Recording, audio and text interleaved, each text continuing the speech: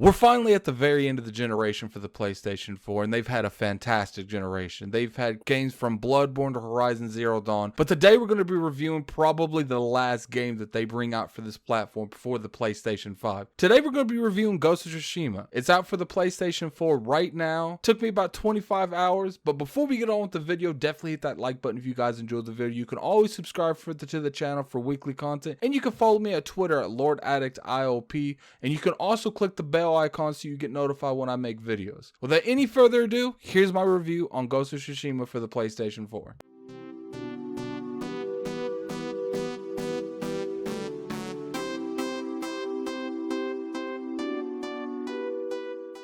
Ghost of Tsushima has a very nice art style. I really enjoyed the world that they built in this game. Is it completely consistent with its art style? No, but there is enough here that's visually eye candy. A huge issue that I did have with the game was the attention to detail. There was a lot of scenarios in this that it felt like you were supposed to chop some limbs off or anything relative to whatever the damage is with the sword. Now to me, when it comes to a sword game like Ghost of Tsushima, the sword damage and the attention to detail of using a sword in combat should be at its peak. In this game, sadly, it doesn't feel that way. It feels like some details were overlooked, and maybe because of a budget or anything related to that. Maybe they ran out of time, I don't know, but I do feel like that the attention to detail in this game is extremely lacking, especially coming from a game like Last of Us 2 a couple of weeks ago. Did that completely take me out of the immersion? I would say it did take me out of it to a point, but the gameplay to this game made up for that lack of detail. I feel like if the detail was there, the gameplay would have been a lot more on point. But anyway, let's talk about the gameplay. The gameplay to this game is phenomenal. I love the way that they did these. The boss fights, the multiple enemies, the way that they put some of the interactions in this game, the skill trees.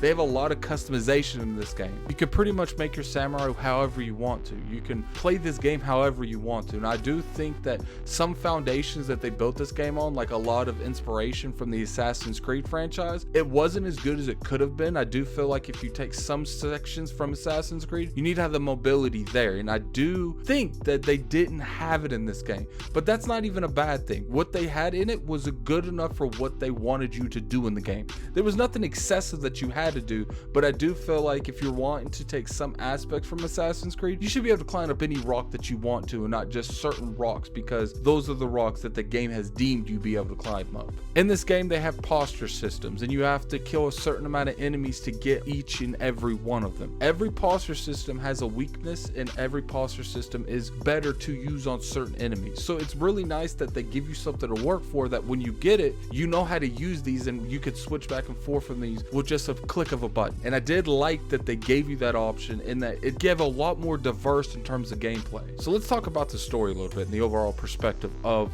Ghost of Tsushima. The story's taking place as a samurai. You are a samurai at the beginning of the game, and you lose this big war. But the key component to losing this big war is you lost because you are honored by the code of the samurai. You have that honor and you won't abandon it for nothing. The enemy has trained himself his entire life to fighting these types of people. So what would you have to do in that kind of a scenario? You have to change how you fight. So the game is more about him changing to a samurai, not completely honoring the samurai code and the conflicts he's having with himself and the people around him for fighting this way. And I really enjoyed it. I love this story. I think it's one of the best aspects of this game, along with the gameplay. I think that with these two combined, you don't normally get stuff like this. You don't normally get a good story and good gameplay together. There's very few games that's ever done it, but this game definitely did do it. The good thing they did on here is they have a lot of good side missions. They actually tell you what you get. You have legendary stuff you can get, and it's very well written. Is it the greatest side missions that's ever been in gaming? Probably not. I do think some of the Witcher side quests are way better than the side quests that's in this game, but it does have content. It does make you want to complete these things because it does have an overarching story that makes you want to finish what happened, because you want to know what's going to happen. One of the cool things that they've done with this game is they've gave you the option to have different filters. I myself didn't use any of the other filters, and I didn't use any of the other subtitle options. I went straight dubbed, and a lot of people don't like that. They like to to like to read the game as a subtitled game, and that's just not for me. But those options are there in case you do like those type of games. And I have a lot of friends that are into that type of culture, and they really appreciated the option to turn these on.